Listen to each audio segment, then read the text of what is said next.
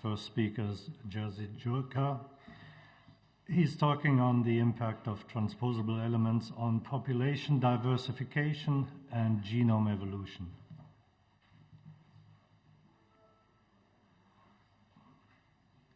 Good morning. First of all, let me thank Giorgio and the organizers for this wonderful meeting in this beautiful place. I know how much work it takes to put together such a thing, so double gratitude. And let me open with a token of gratitude to Emil Zuckerkandl, who not only had an intellectual impact we all know about, but also he was my first boss, and he was a person who gave me the first real job in the United States. He asked me in 1989 to organize a computational biology group at Linus Pauling Institute. And I also had the privilege to serve Linus Pauling during the last 2 years of his life as his direct deputy in charge of research administration in the Institute. So this is a photo of the Institute, circa 1989, with Emil and Linus Pauling sitting in front. I'm somewhere in the background. And as it happened, my first fellow in the group, computational biology group, was Alexander Milosavljevic, who wasn't even a PhD yet, but he was finishing PhD in David Hausler's lab. So it turns out everybody was, after years, everybody was connected and with genomics one way or another.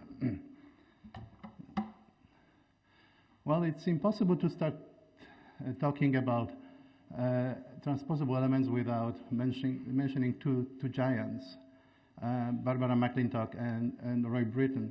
Roy Britton, as you know, passed away last January, and so it's a kind of a special thing for me, because I have known him since 1987, and he communicated my first paper on repetitive DNA in PNAS. So Barbara McClintock discovered, as you know, the controlling elements, what was called then, and then transposons, and then they became transposable elements. Roy Britton was working at Carnegie Institute, Department of Terrestrial Magnetism. He was a physicist, and he stumbled over repetitive DNA, and for many years, connection between repetitive DNA and transposable elements wasn't that clear until really first sequence data showed up. And here you have the model. Here's the discovery of families of repeats in this case allo families, because human sequences were only available in large quantities at the time to classify them. And as it goes now, that families originate from an active element which makes multiple copies, and then these copies over time mutate. And this was called interspersed repetitive DNA by Roy Britton.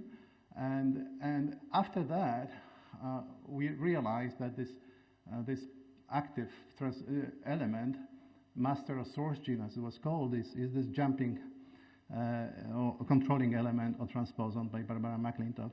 So at that time, the two fields were connected, and it was in the 80s. There were several groups who contributed to that picture, including Roy Britton. So transposable elements, as we went over different genomes, it turned out they were the families of transposable elements were quite diverse. Plants, insects had very many small families with high diversity. They differed from one another. Mammals had more confined set, and usually they carried few very large families like signs and lines, so they're going into hundreds of thousands.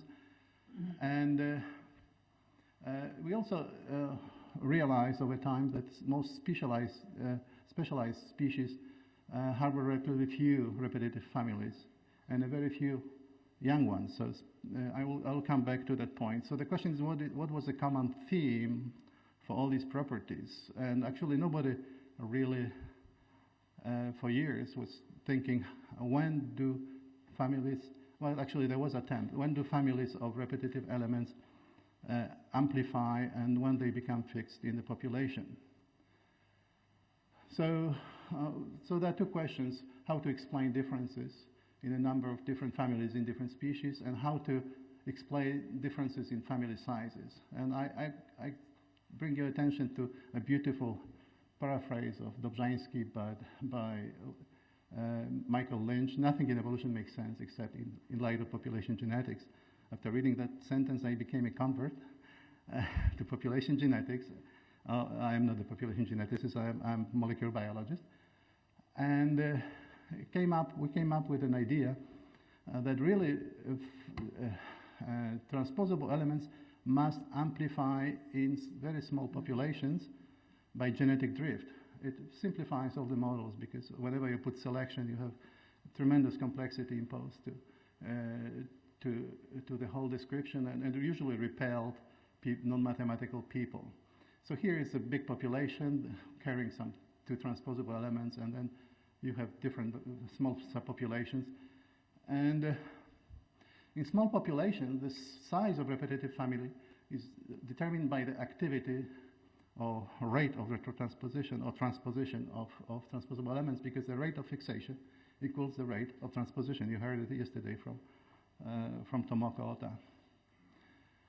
So here is a kind of a cartoon of a big population which gives rise to some small detachments, small subpopulations, and if the red transposon is more active than the yellow transposon, it eventually takes over the small population. The same with the green transposon. If it's more active than yellow and red, it takes over eventually the whole small subpopulation. So the question is also what are the driving force to producing subpopulation?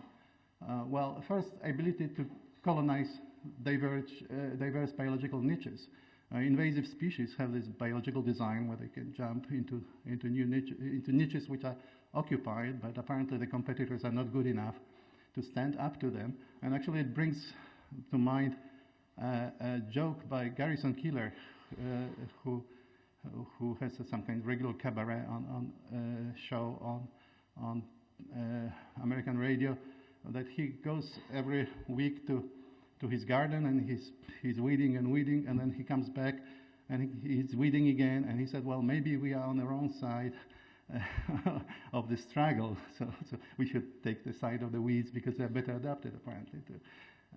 And then mass extinctions, and it has been known for some time that, for example, mammalian radiation is most likely, the Euterian was triggered by the demise of dinosaurs, and evolutionary breakthroughs, and evolutionary breakthroughs like origin of the immune system or emergence of echolocation in bats are two examples where quite suddenly there is a new invention which helps animals to colonize new niches. Now the question is, what is diversity of transposable elements? Diversity is a number of different families in a genome, and it depends on the number of subpopulations. So the more subpopulations and the more they amplify different families, and the more they merge together, because usually they merge together. They seldom detach. In plants, for example, they can make colonies somewhere in local environments, but then through pollination they can come back. So the number of families is a powerful biological indicator. The high number of young repetitive families indicates high diversity and adaptability of the species. It's very important, at least in recent evolutionary history. So if these are very young families, you know that very recently they were adaptable. If they are old families, you know that somewhere in their past history they had a lot of subpopulations. They invaded many niches. Then a low number of families is less informative, because there are many possibilities there, and I will come back to that. So the first example I just selected is Omicota. It's a small unicellular organism, but some of them are with very large genomes comparable to insects, for example, and they are very invasive, and Phytophthora infestans was responsible for famous potato famine. And you have this desperate mother with barefoot children looking for potatoes, and so are the other two. And they have very large number of families, 460 families in this small genome. It's really large, which means, again, it was very diversified at some point into subpopulations and generated many subfamilies. I took another group of in this case I took insects, just to compare different kinds of ants. And here's Atacephalus. It's important, it's leafcutter ant, it's very specialized, has 15 families in red base. Camponatus floridanus, 49 is respectable, the same. Hypergnathus saltatus, he's a kind of unspecialized ant living in India. But then you have two invasive species. Fire ant, 225 families. Second most invasive, Argentinian ant, 140 families. And then you have red harvester ant, which is in decline throughout the United States. And it has only 24 families. So apparently, its biological versatility based on the number of families is relatively low, and it gives away to other strains of ants. So the first point I wanted to make, that specialization usually reduces the number of young families in general, the number of families. The reason is that specialists don't have an advantage going outside to less specialized niches, because usually this is the best and optimal niche for them. And among prominent specialists are parasites and honeybee. Honeybee has no young families at all, but apparently it's very successful. It produced a lot of species, simply of subspecies, because simply it has a lot of different kind of pollens and honey to collect, and repeats are secondary. I mean, forming subfamilies is not a subpopulation. It's very easy. And then generalists, those which are less specialized, have usually more transposable elements. There's a long-standing question why transposable elements persist in eukaryotes over millions of years. So one possibility is that generalists eventually survive and specialists eventually die out. Once you specialize and your specialty is gone, you are gone with it. So it's possible that transposable elements only die with specialists, and then always are reborn with generalists throughout the history of life. Then the next question, of course, it's controversial, and many people propose, can transposable elements contribute to speciation? Well, yes, if they are highly active and can diverge into small population to the point of reproductive isolation. So when you go to classical Darwinian hypothesis, you have two isolated places, and when give or take a few million years, you can have eventually two species. In the case of transposons, you can have two small populations, subpopulations, which diverge for a few thousand years. And if they have very active transposable elements, they can be mutated very, very fast on the biological scale. And this diversification can be much more effective.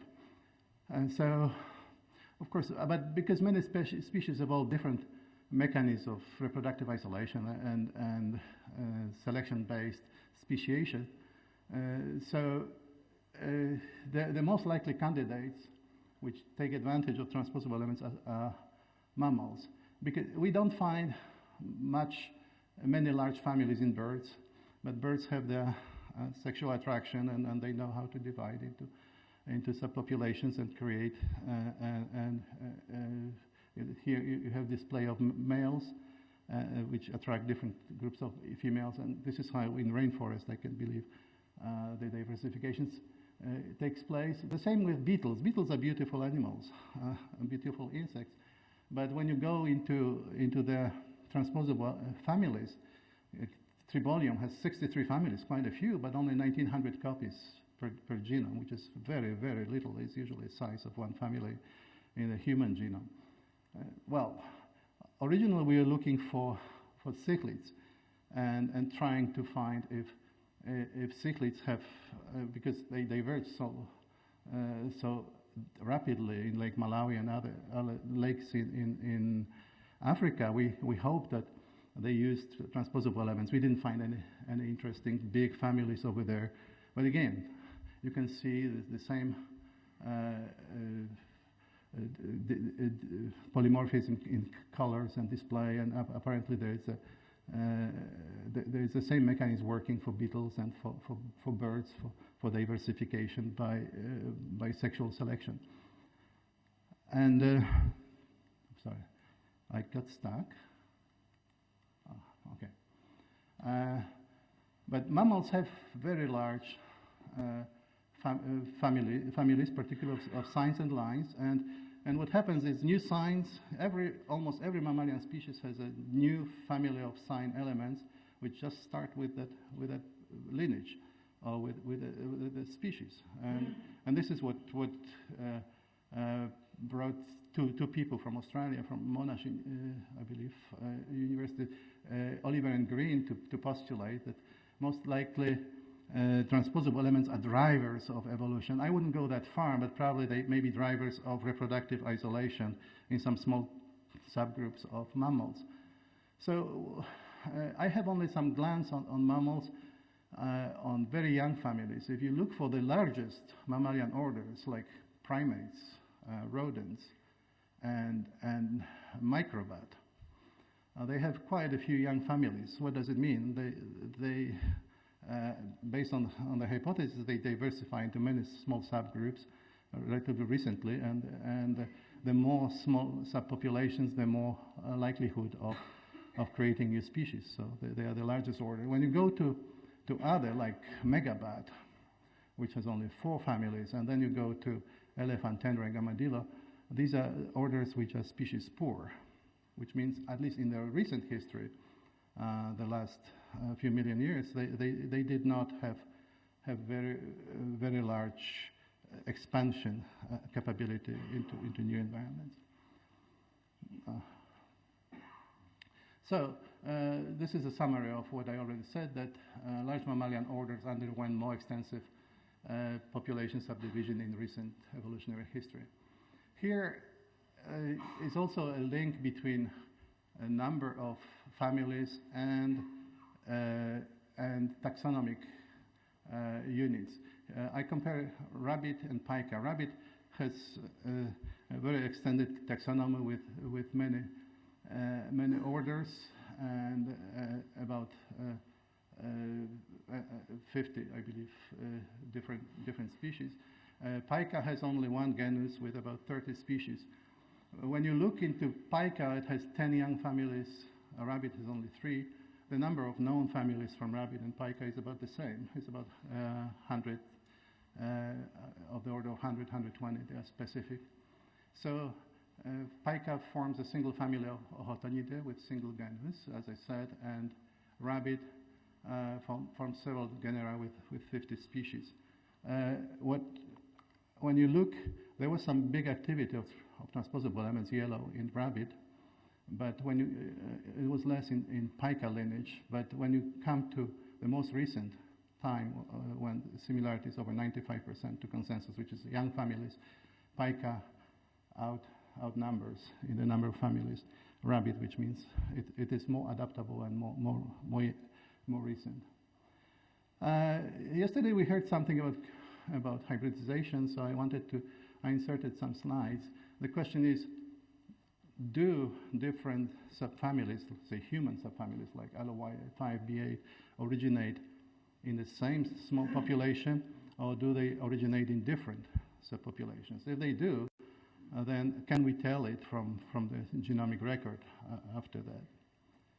Well, when you have two different subpopulations which are divergent and amplify different families, the crossbreeding between them leads to pretty much homogenization of all allos through recombination, with the exception of chromosome Y. Chromosome Y doesn't recombine much with chromosome X, well, maybe 5%, and the rest is intact. So when you have two populations, so either one chromosome survives, or Y, or the other. There is no room for hybrid or recombinant between the two.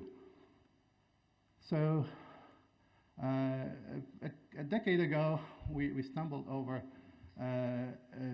so-called paternal transmission of allo in the human genome. When you look for densities of allo on chromosome Y, they are about 3 times as high as on chromosome X, and about 2 times as high as on autosomes. And it was quite clear that this can be explained by transposition of allo in male germline. Otherwise, we couldn't explain this thing.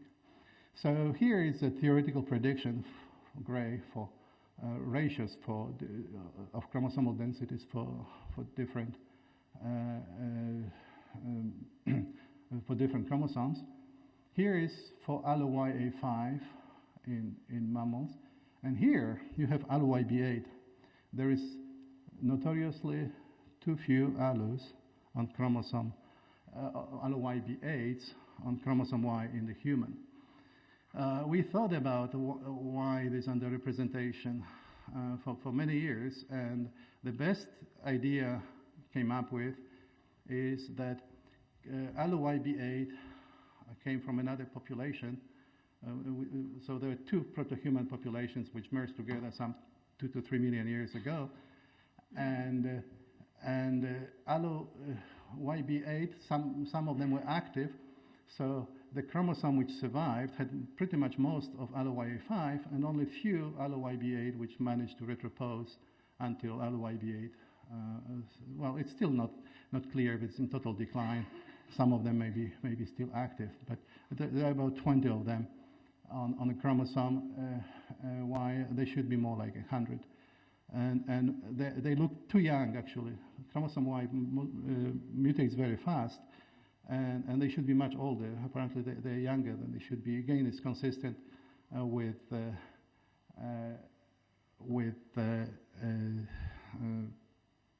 merging the 2 subpopulations. I hope it's clear. I just wanted to jump over this slide very quickly. So based on chromosomal proportions and some additional tweaking of data, we can probably trace past merging of different subpopulations through hybridization, not only the most recent ones, which we heard elusive, and they're very difficult to identify. And I wanted to, how much time do I have? I'm sorry. I wanted to 7 minutes. To put a few slides on a more recent work we have done. It's when you really look into the genome, for the last 20 or so years of the genomics era, we are trying to understand what all these things mean.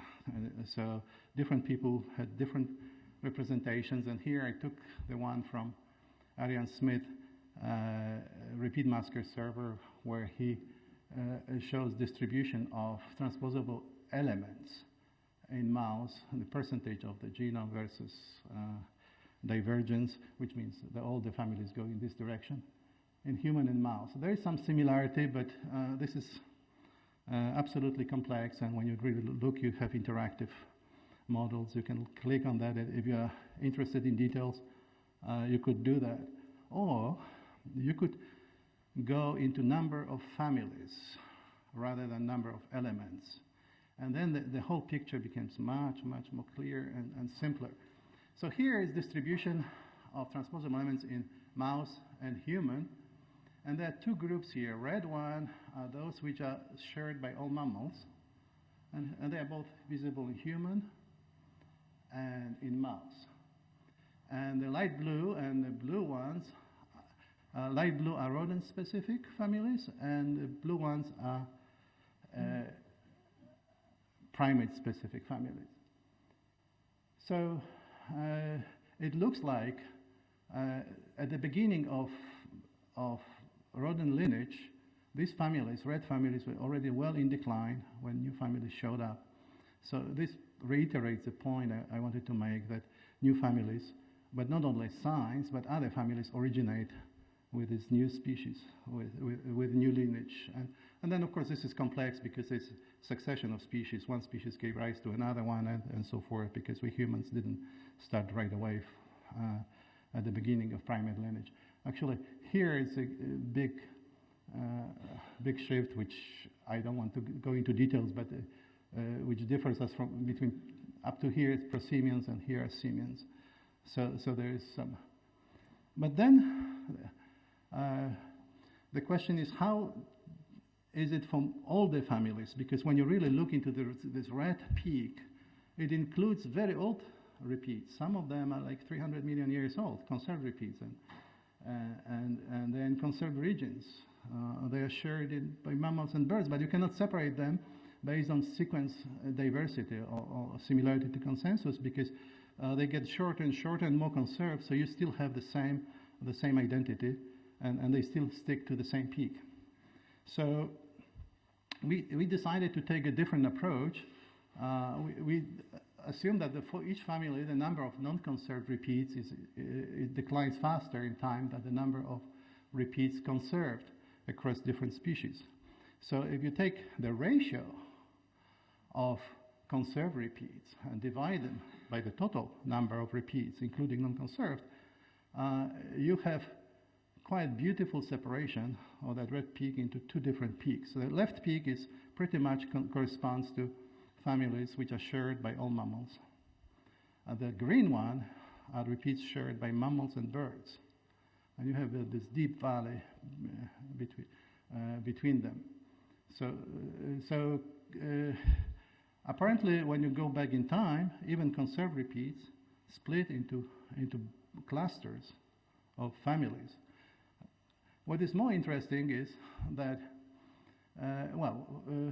when you really combine these pictures together, this peak splits into two. So you have one peak here, which is independent in different lineages of Euterian mammals, and this peak corresponds to all mammals, and this peak is even older, corresponds to mammals and birds, which means these families burst into life before birds split from proto-mammals, from ancient mammals. This split prior to Euterian radiation, so there was kind of common mammalian ancestor, and these show up in different lineages. So eventually, the next species will come from rodents or from humans, will have still inherited this peak and go on. So what is interesting that, and I don't want to preempt talk by David Hausler, that he's talking about three different periods of regulatory changes that are distinct. One corresponds to this peak. He doesn't use the term repetitive families at all. Is David here? Yes. Oh, hi, David. And this corresponds to the mammalian peak, and this corresponds to Euterian peaks. So I just wanted to conclude, because Jürgen is signaling me that I must come to an end. Families of transposable elements are fixed mostly in small populations by genetic drift.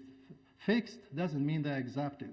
They're sitting there, and actually I lost most of it at some steady rate, and some of them sit there, and the ratio of those which are non-conserved to those which are conserved is increasing over time. The number and ages of families deposited in the genome describe a record of changes in the ancestral population structures. So I showed you that certain specialists don't have active elements, including parasites. Generalists have a lot of them.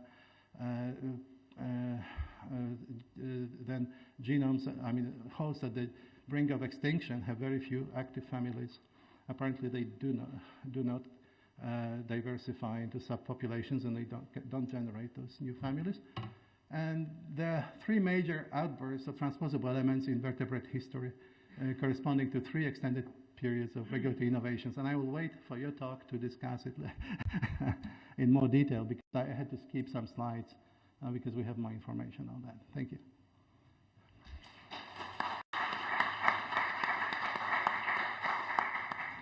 So we have time for one question. Well, two. Eugene? Okay. So, Jurek, nothing in evolutionary biology, nothing in evolution makes sense except in the light of population genetics, right? So, what I'm wondering about, which population, the population dynamics of what is most important? Of the host or the elements themselves? Because these are also replicating agents. Well, one depends on another. So really, transposable elements are secondary, and they reflect what's happening with host populations. This is how I see it, because whenever you have a lot of small subpopulations, you see a lot of families and diversity. The size of families of transposable elements is dictated by on their own terms by their biological activity. And it has nothing to do with any population. So there are two components to that. So I see transposable elements as families as automatically associated with diversification of host population. I'll elaborate offline. Okay.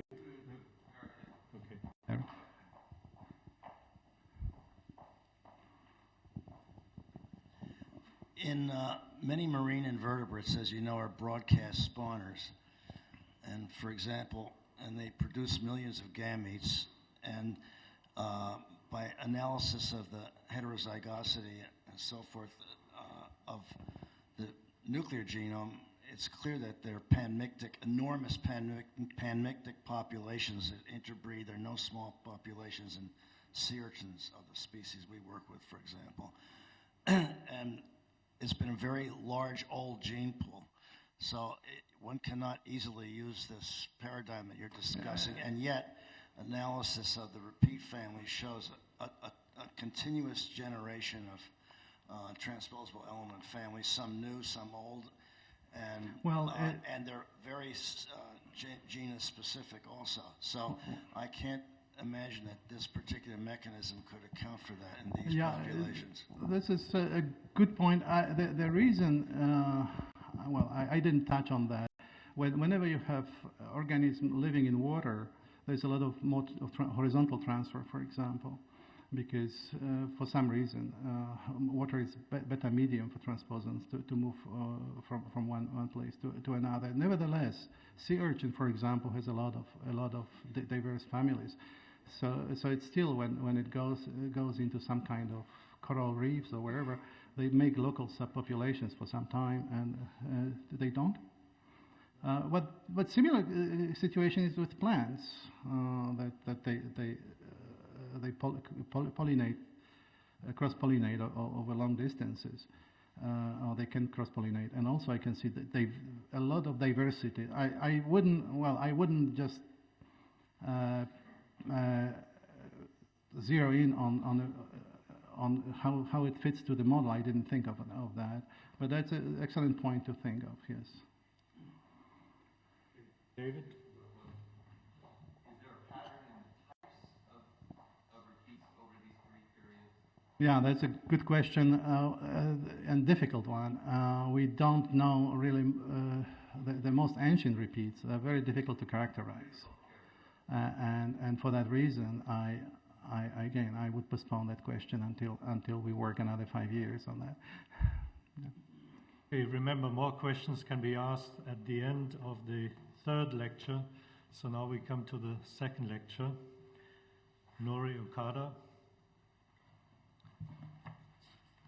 And the title of his talk is Generation of Possible Networks by Functional Exapted Short Interspersed Elements, Scienze.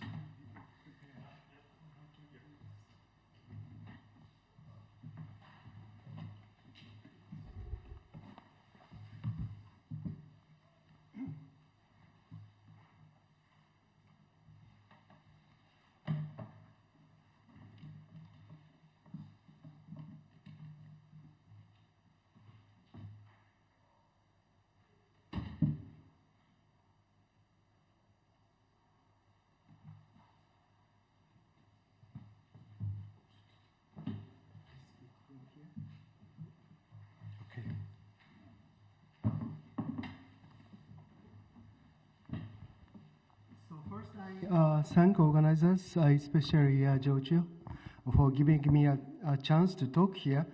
Sorry, I have a pointer. Pointer, anyone?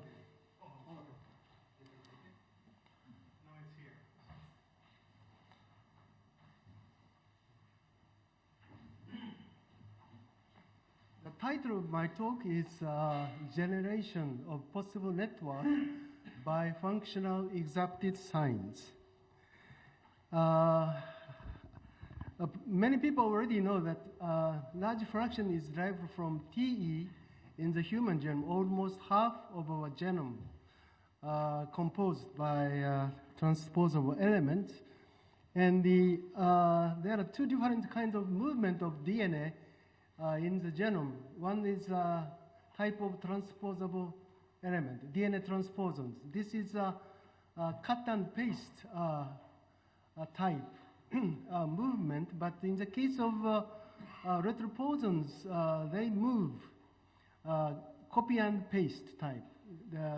From retroposons, RNA transcribed and then complementary DNA are synthesized and go into the DNA. So in this case, copy number increase during evolution.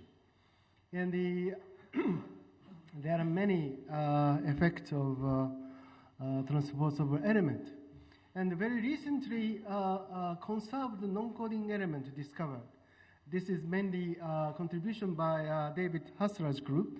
And this is protein coding region is only just 1.2%, 1.5%.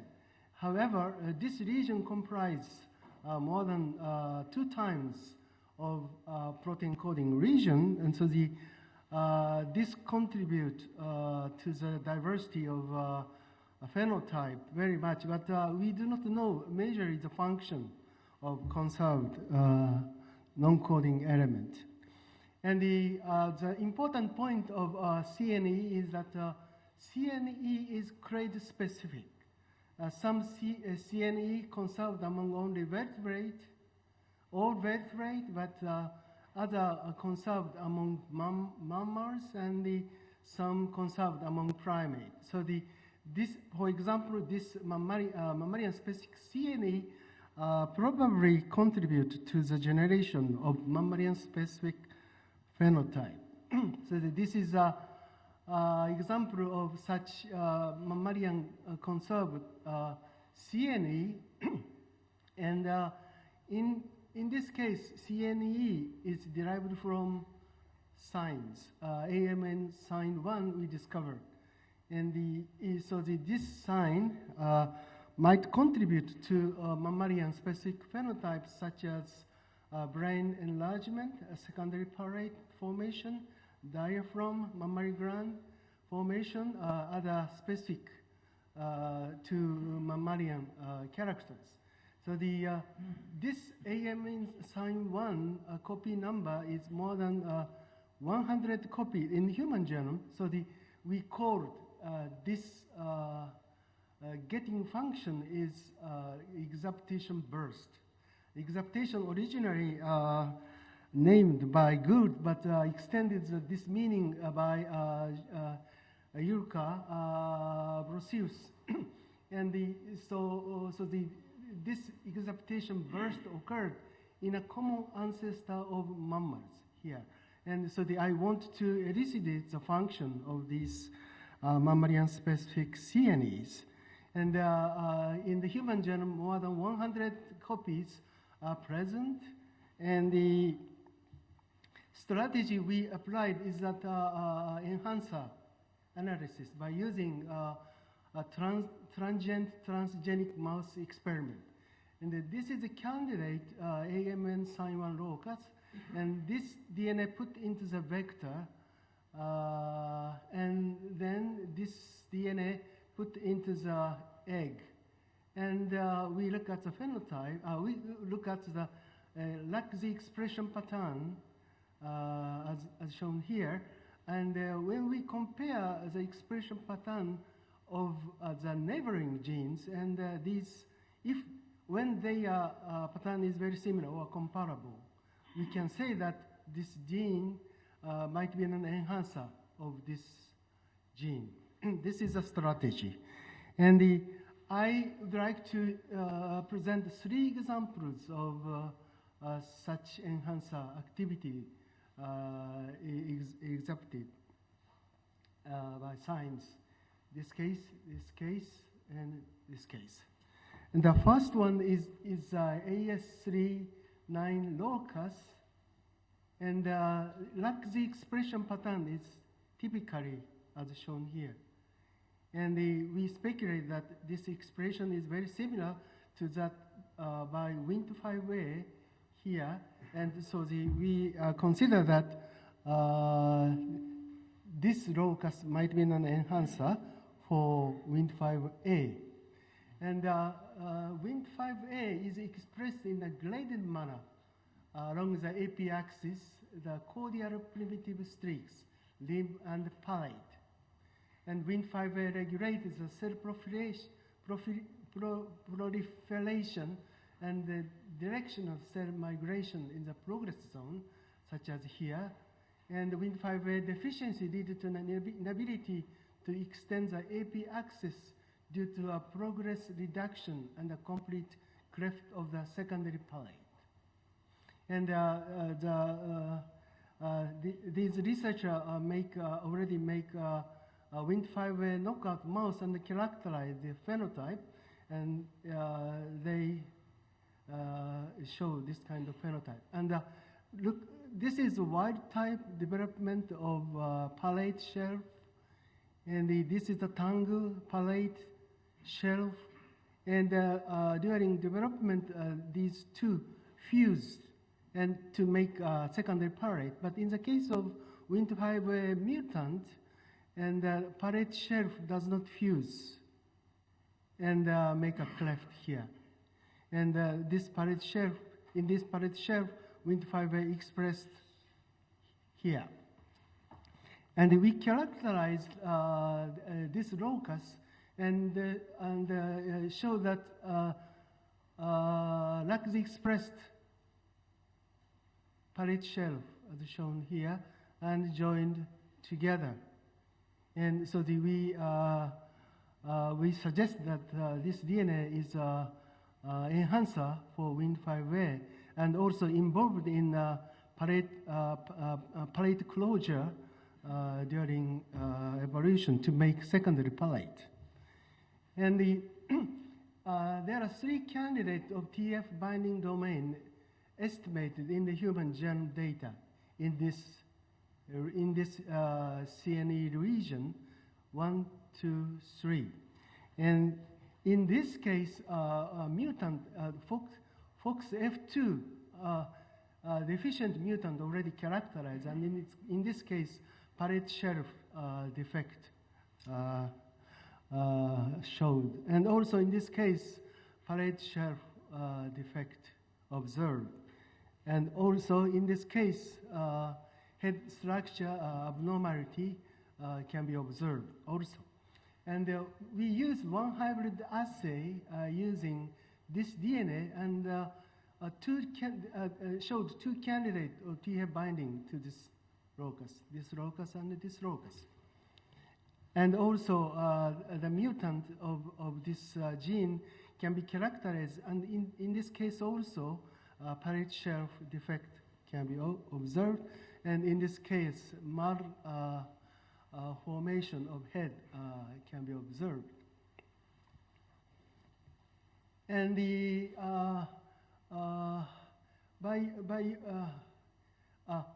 by using a transient transgenic mass experiment, but in this case we changed this signal, but showed a normal expression pattern of LAC-Z.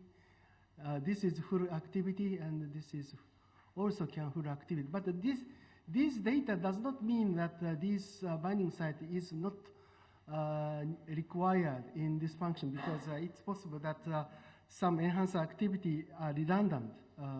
So this does not mean that they are not functional. But anyway, when we make a mutant of this locus phenotype, do not change. But in this case, and also in this case, by transgenic mouse experiment, the reduced expression of RAC-Z can be observed here. And so this binding and this binding site might be responsible in this case. And finally, by using yeast-1 hybrid assay, we finally identify MSX1 is actually responsible for binding, and also CAT1 is also responsible for at least these two responsible for the binding in this DNA. And as I already explained, there is an exaptation burst in a common ancestor of mammals, and how exaptation occurred in a common ancestor of mammals. And let me introduce PT mass extinction. PT mass extinction occurred 250 million years ago, and 96% of all marine species died, and 70% of terrestrial vertebrate species coming extinct. So this is the largest mass extinction which we ever experienced, and in this time already mammalian ancestors appeared on the earth. And this is evidence that at that time there is a super-anoxia. Yeah, this is a geological evidence there is a super-anoxia at the time. When oxygen concentration is high, iron become red by oxidation, but during this time,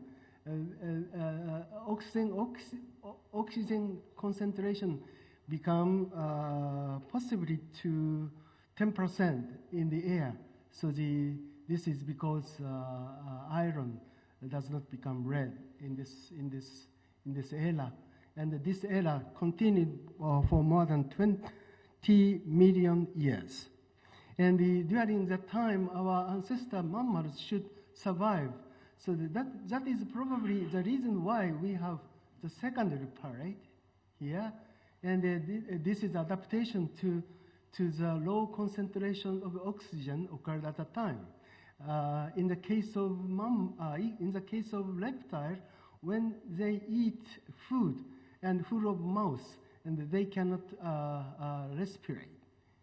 But in our case, even food of mouse by food, we can respirate. So the presence of secondary parade make food, taking food and respiration independent. And so this is a PTA boundary here, and these animals are our ancestors. And this Prochynozaxis,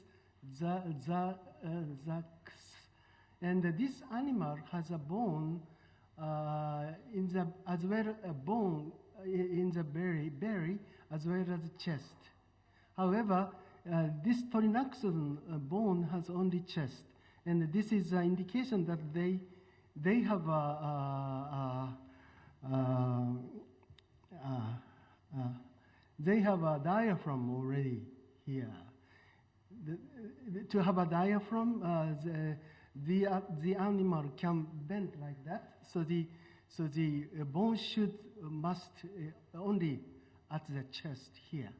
So this suggests the presence of diaphragm after PT mass extinction, and also this is the structure of secondary parade of these animals. And in the case of Trinaxodon, secondary parade completely closed here, but this animal partially closed and not completely closed. And so the AS39 locus has an enhanced activity in the front nasal region and the palatal shelves. And laxy signals of AS39TG is similar to wind fiber expression patterns in the front nasal region and the palate shelves. AS39 locus may be involved in the mammalian evolution via acquirement of secondary parent. In the locus, there are five binding sites of transacting factors, 4 of which reside in the original sign region. The enhancer may work via transcription factors CART1 and MSX1. These two are known to be involved in formation of a secondary parent. Exaptation of AS39 locus might be an adaptation to anoxia at the PT boundary to form the secondary parent in primitive mammals. And this is the second example of exaptation, AS071. I have not so much time, and so I just briefly mentioned the conclusion. This is an enhancer for FGF8. FGF8 expressed in a diencephalon region of these 3 parts: dorsal midline, lateral wall, and hypothalamus. 3 regions. And the 3 regions recapturate actual FGF8 expression in development diencephalon. And we dissect these regions in 1, 2, 3, 4 region. And the deleted DNA can be assayed for transient transgenic mouse experiment, and we got this data. And in each region characterized for their specific activity, as shown in the next slide. And the actual enhanced activity reside in this region.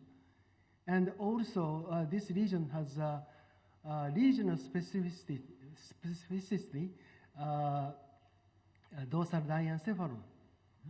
And the sign region itself has not itself has enhanced activity, but shows regional specificity for hypothalamus. And this region also only has regional specificity for lateral diencephalon. So the enhanced activity only reside here, and these 2 regions add some regional specificity in the enhanced activity. This is a model. So the locus AS071 possesses the enhanced property for diencephalic FGF8 expression. Okay, and the third example is enhancer for SATB2 gene. SATB2 expressed in neocortex, as shown here, and this is a LACZ expression expressed in first appeared in lateral region and then cover all the neocortex area. And there are 2 papers, 2 famous papers. Both paper shows that SATB2 is involved in formation of corpus callosum, because when they knock out this gene, corpus callosum does not form as shown here. This is a wild type. This is a knockout mouse. Corpus callosum connect left and right cerebral hemisphere and facilitate interhemispheric communication. This structure is specific to mammalian species, and we characterize our DNA as shown here. And this LACZ expression can be observed only in an early stage of neurons together with SATB2 expression. And so we conclude that this is an enhancer of SATB2 expression. However, early expressed SATB2 enhanced by this DNA. And that means that deep layer expression of SATB2 enhanced by our DNA. So the superficial layer expression of SATB2 is not enhanced by our enhancer, as shown here. We dissect this region and determine the property of these regions, and this is a conclusion. And SATB2 was known to be majorly expressed in a superficial layer of neocortex, but this locus is expressed deep layer expressed enhancer. And this DNA divided into two regions, lateral expression and dorsal expression, and each of which has different destination. And SATB2 expressed in lateral region in neocortex finally direct formation of corpus callosum. Corpus callosum is a mammalian specific organ, so this is related to conservation of AS021 lesion among mammals. And so we showed these three examples of exaptation, and we questioned how these different kind of enhancer element can be generated from the same common sign sequence. Also, they have the other added sequences, but anyway, we want to elucidate the process, how they acquire the enhancer activity. Probably first accumulate the random mutations during evolution and the formation of binding site. And then finally, they have their particular enhancing activity. And so by taking the example of AS021 locus, we want to trace this evolutionary process. And it is known that opossum do not have corpus callosum, but sequence is conserved to some extent. So this sequence can be replaced by a opossum's sequence and assayed by using a transgenic mouse experiment. And so to some extent, the expression pattern can be observed in the case of opossum sequence. And also, we reconstruct the latest common ancestor sequence and replaced this sequence and assay. And also, we can observe some activity by this sequence. And also, we used sign consensus sequence. This is the originally amplified sequence, and we observed that the expression, but very, very small amount of expression here. So during evolution, gradually mutation accumulate, and finally full activity can be obtained in the case of mammals. And so probably many transacting factors might be involved in to achieve this complete activity. And one candidate of such transacting binding site is NFX1. NFX1, when NFX1 knockout mouse is created, also corpus callosum not created, as shown here. And we searched NFX1 binding site in AM sign 1 copies, and many copies, 15 loci contain NFX1 binding site, and these DNA can be reported by chip assay and have some enhanced activity. And we also using East1 hybrid assay, NFX1 binding can be shown, as shown here.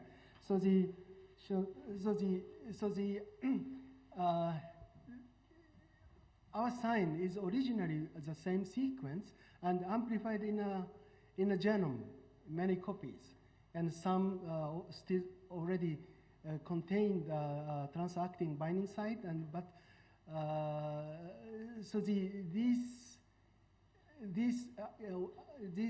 these some make a network in the brain.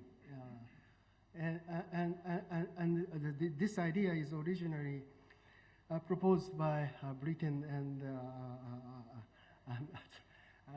so the the repetitive nature is probably very important to make some mammalian specific network. And thank you very much.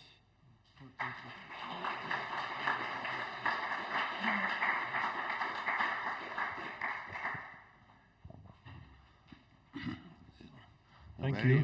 We have time for questions. Very beautiful talk. It wasn't clear to me whether the position of these elements like AS39 matters.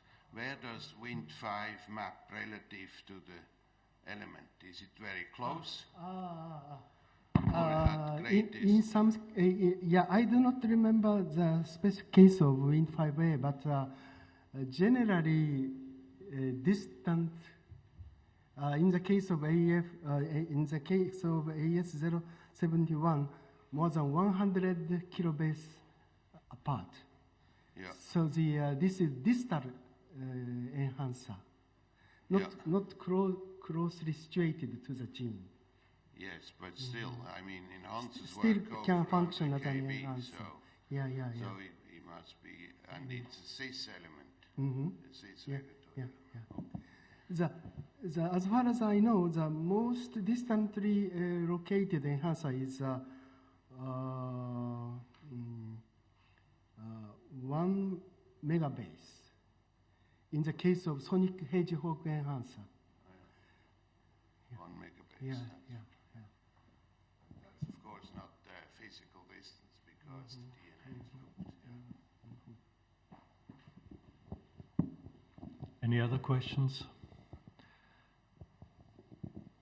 So if this is not the case, we come to the last speaker of this session, Michele Cassel, on the role of transposable elements in shaping the combinatorial interaction of transcription factors.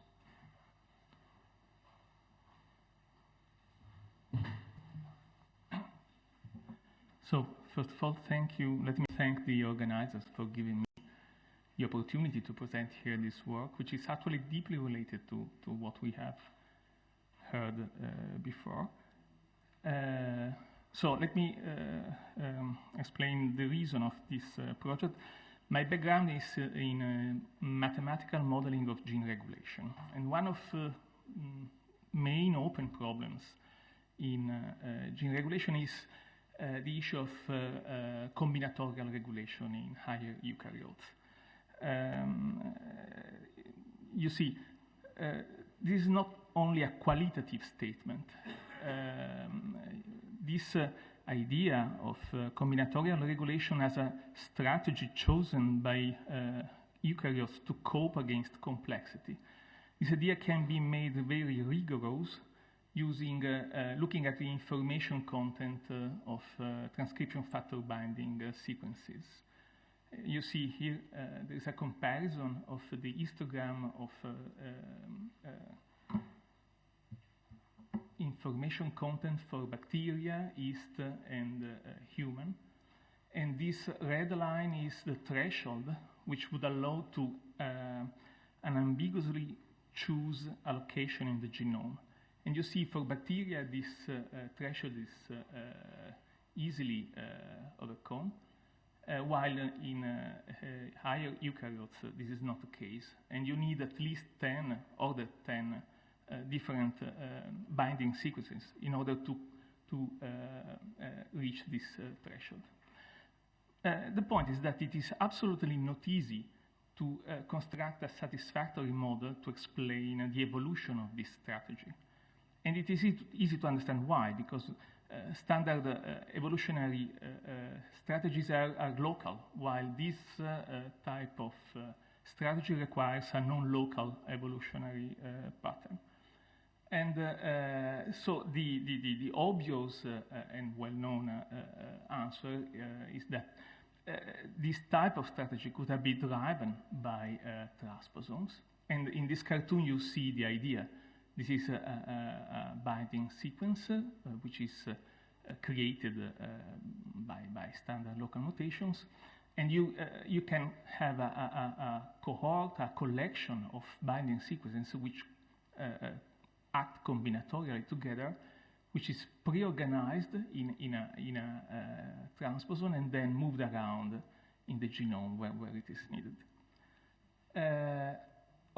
Let me skip this introduction on transposon that we do not need now because we had already 2 talks on this. Let me tell you which was the goal of our project. Before starting to trying to model this idea, we decided to check if it was a reliable picture. And you see, in the last few years, people already realized that there is a strong affinity of a few transcription factors, master transcription factors, for selected families of transposons. And there are a few very nice papers on this issue. And we decided to understand if, besides this affinity, there was also somehow a combinatorial pattern behind this affinity. Yeah. And we decided to concentrate on the estrogen receptor, which is a very important master transcription factor, which is related to breast cancer and so on. And we looked to ChIP-seq dataset on this cell line. 2 datasets which correspond to different modalities to estrogen exposure. And essentially the first one, which I will call CM, is, so to speak, a default situation with no estrogen around. And the second one, E2 treated dataset, corresponds to a strong exposure to estrogen. Now let me skip this description of the datasets and let me show you which type of analysis we did. We first tried to test if there is indeed a special affinity of the estrogen receptor for selected families. So we performed an enrichment test for transposons in the ChIP-seq binding regions. Then we performed a functional enrichment test for the genes around these transposons. And finally, the most important point, we performed a combinatorial test. Let me rush on the results. And here are the results for the transposon enrichment test. What we have found is that indeed the estrogen receptor shows a precise affinity for a few families of transposons, in particular for R1, RL, and all the MIR-like families. And in particular, what we found is that in presence of estrogen, there was a slight preference for these MIR-like transposons. And what was impressive, let me show you the data, is that the enrichment that we found was very high. You see, for most of these families, we had a Z value of, say, 40, 20, which means, say, a p-value of E minus 100. And this is the first data set, this is the second data set. And what is interesting is that this MIR-like family is another family which is in common among all the mammalians. There was a wave of expansion of these MIR-like transposons at the beginning of mammalian radiation. And now, this means, by the way, that there was probably a very strong rewiring of a regulatory network of the estrogen receptor before the mammalian radiation, and then it was fixed.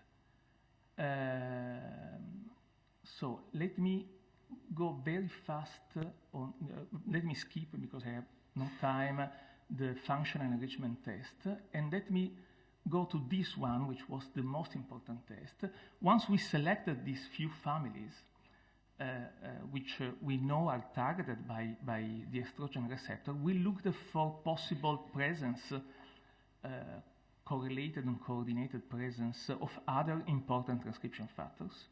And what we found was that indeed these transposons were enriched for the binding sequences of a few transcription factors which were the known interactors of estrogen receptor.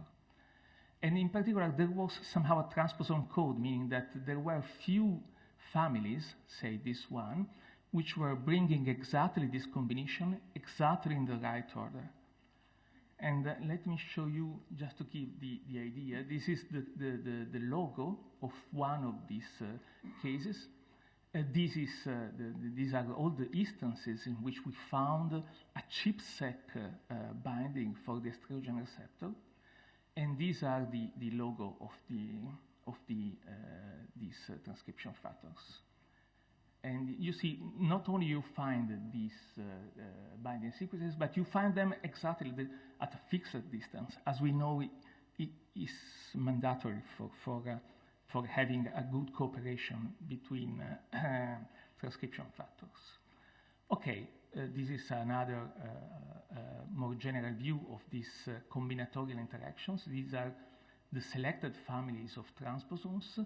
These are the transcription factors, and you see these red colors are the transposon code, if you want, transposon regulatory code related to the estrogen receptor. So let me close this talk with say 2 take-home messages on this work that we have done.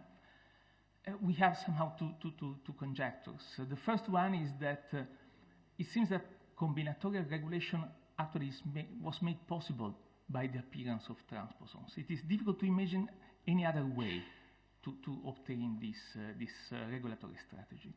And the second point, which is the starting point of a possible mathematical modeling of this idea, is that it seems that there is somehow a coevolution of transposons and transcription factors, meaning that when a specific association between a transcription factor and a class of transposons exists, then it is possible that the evolutionary success of a transcription factor was a consequence of evolutionary success of a transposon. And from this point of view, the estrogen receptor and the Mir family is a perfect example, because something homologous to the estrogen receptor exists also in mollusks, for instance, but it is essentially useless. And it is only after the mammalian radiation that the estrogen receptor acquired all the important functions that we know. So this is essentially everything I was planning to tell you. And let me just close with the list of people involved in this work. Okay, so I kept for 10 minutes.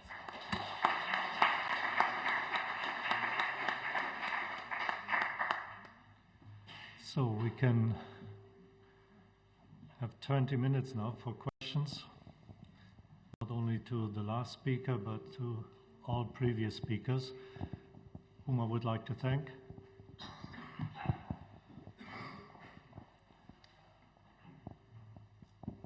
Sorry, this is a sort of general observation. So I think an important question is whether, in all of these cases, whether the actual integration of the transposable element itself changes expression, or whether you get integration and then subsequent evolution of the sort of regulatory machinery.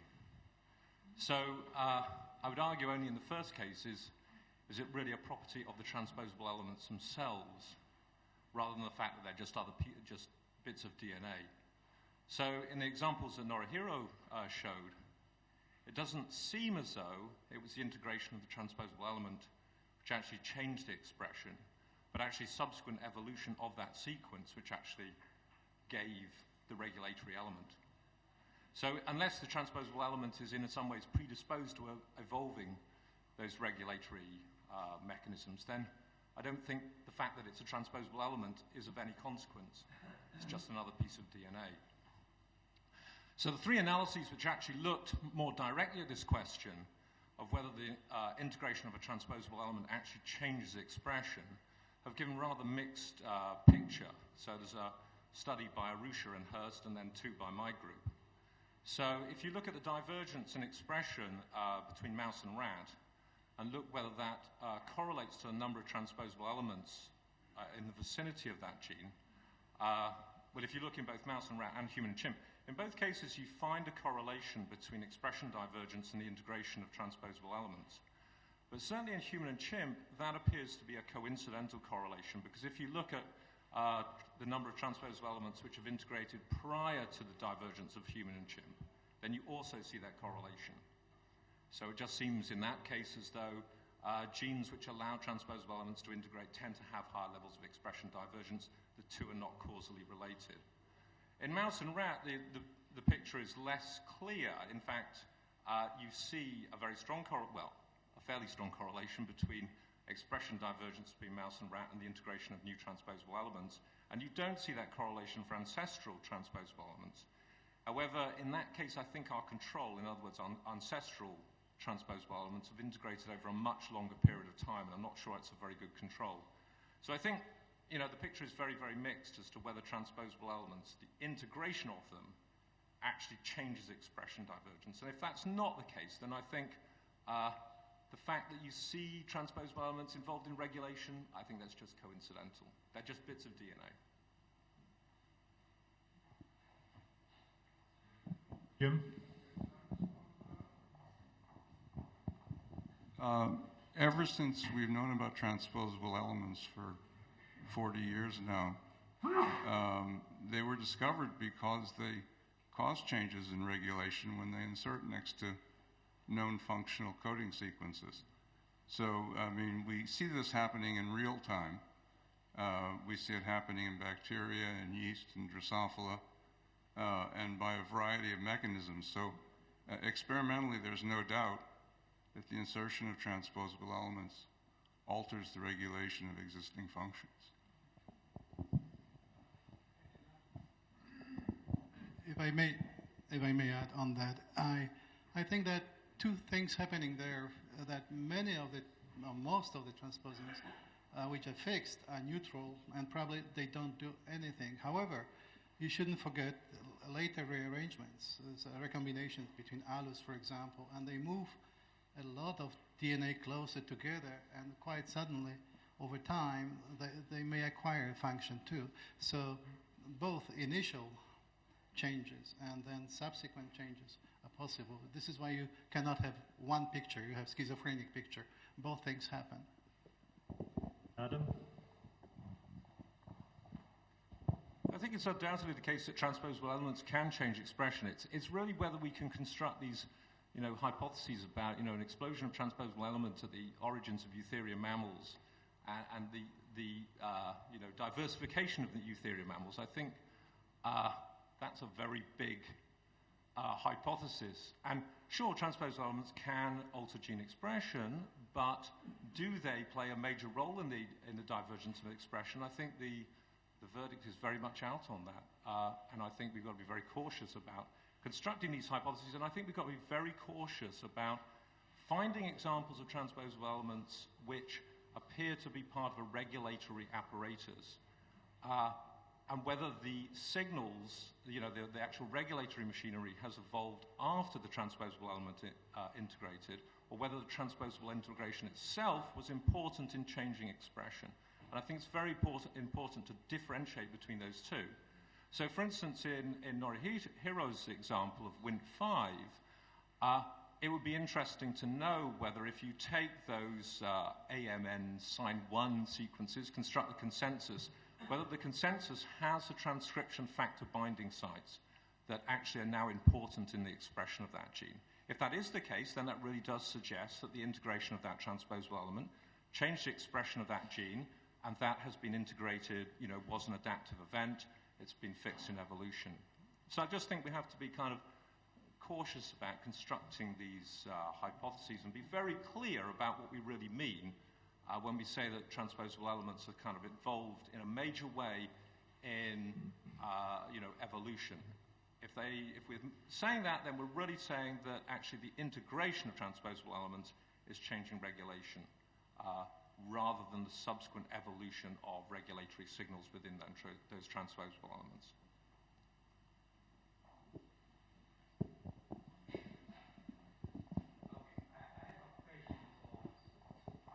Professor Okada. It seems to me that you use CNE to see if it's a new enhancer, right?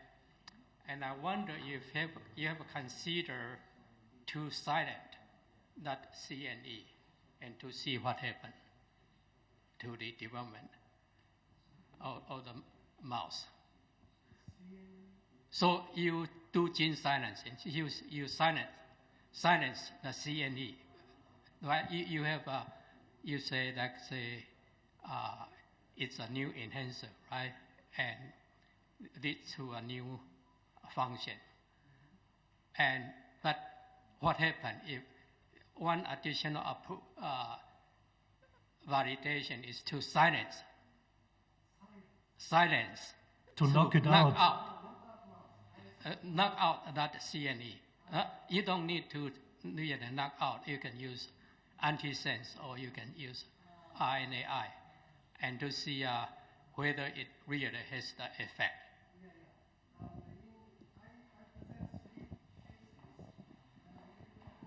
Hold on, get the microphone. I present 3 cases of AMS31 loci, and in each case we make a knockout mouse. And but characterization of SATB2 and Wnt5a is not complete. This is just in progress. And in the case of AS071, FGF8, in the case of FGF8, we can observe some change of gene expression and the downstream gene expression of FGF8. But we now we cannot observe particular change of phenotype. So I cannot say anything at present. What about the knockout mouse? But in many cases, enhanced activity of donated by transposable element might be redundant. And it's possible that there is no phenotype, but now we do not know the answer in the cases of Wnt5a and SATB2. But we are now making in progress. But in the case of FGF8 case, we can observe the change of some expression of genes downstream of FGF8. But we cannot observe particular change of phenotype at present. I don't quite understand the concept because it's not the original transposable element. It requires certain change in order for that to become a new enhancer. And so I don't understand. Yeah.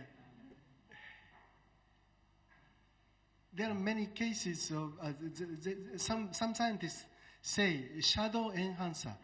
The enhancer can be duplicated to ensure the expression of genes as an enhancer. So some enhancer can be redundantly present in the genome, but not completely overlapped. But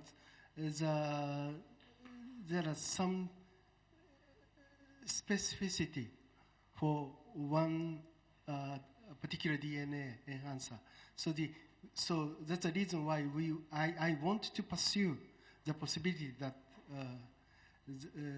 there must be some change of expression in our knockout mouse. But I cannot say sure at present.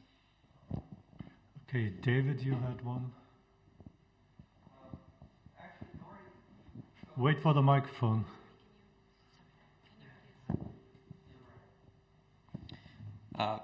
Going back to Adam's point, Nora, you did actually reconstruct the ancestral version of the AM1 sign, and it had weaker but apparent activity. So that was one of his slides. Yeah. But I'm interested in this philosophical distinction here. You're very concerned about whether they're functional upon first appearance in a new spot or not. So, in other words, for example, we did the work with the p53 binding sites. About 1/3 of the p53 binding sites are primate specific and were put into place by 2 different families of endogenous retroviruses. So you can consider 2 scenarios. They were functional when they first landed, or maybe here another scenario where they were one base off, and so they were not functional, but thousands and thousands of sites were selected, and then mutations happened in a few of them that made them functional. The end result is that you have an extraordinary preponderance of the sites are clearly derived from this one family of endogenous retroviruses, or in this case, 2 families. So I'm trying to get at what is your major, those seem to be night and day different, those 2 scenarios seem to be night and day different to you. One is meaningful and one is meaningless, and I don't understand the distinction.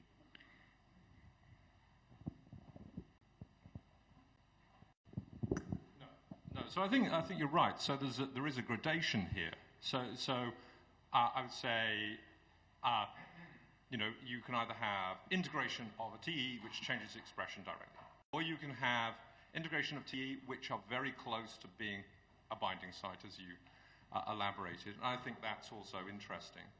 What I think is less interesting is the possibility that you've got transposable elements. 40–50% of your genome is transposable elements.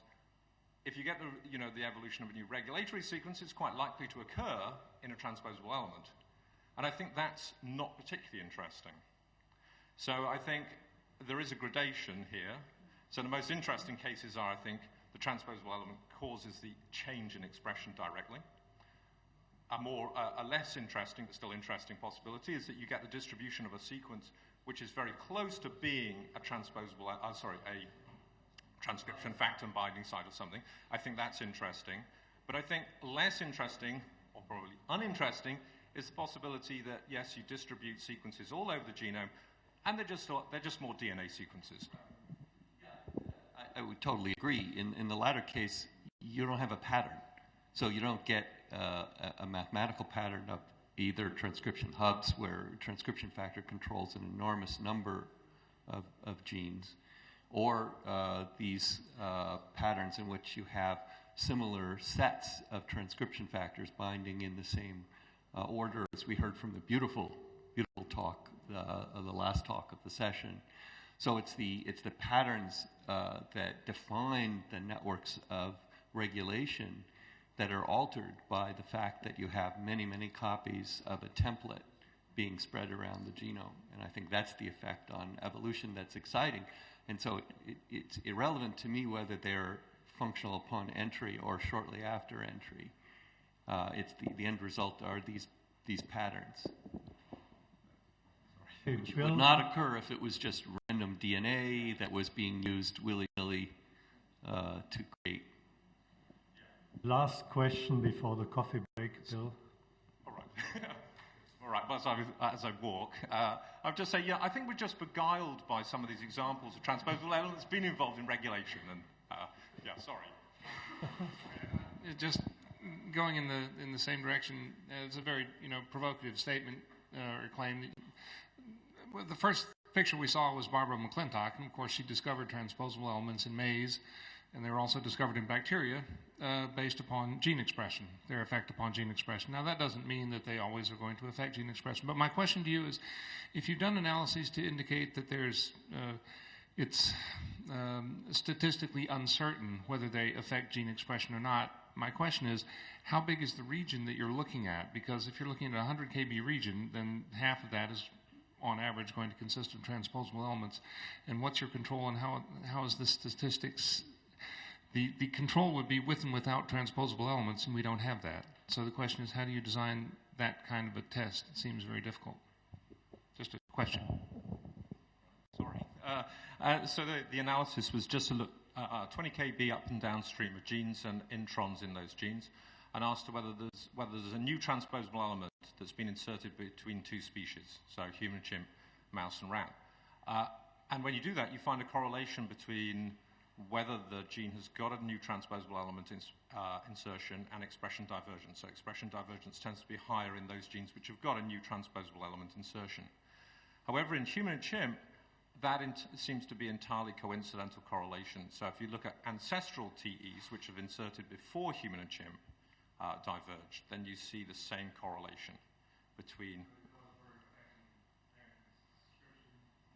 No, those can't be involved in the divergence between humans and chimpanzees. So, so in human and chimp, you can seem to explain the whole thing in terms of that coincidental correlation. You can't in mouse and rat, but I think our control, in other words, our ancestral TEs have been inserted way back. It's not such a nice control. With the hamster sequence now, you could possibly resolve it, tidy it up. The trouble is that if you extend it, you're getting more and more noise. Yeah, so it's an imperfect analysis, but it's giving you at least some handle. You can at least say that within 20 kb, those transposable elements in human and chimp really do not, on average, seem to really be contributing to expression divergence. So. I think we can continue during the coffee break. I would like to thank everyone, the discussants and the speakers.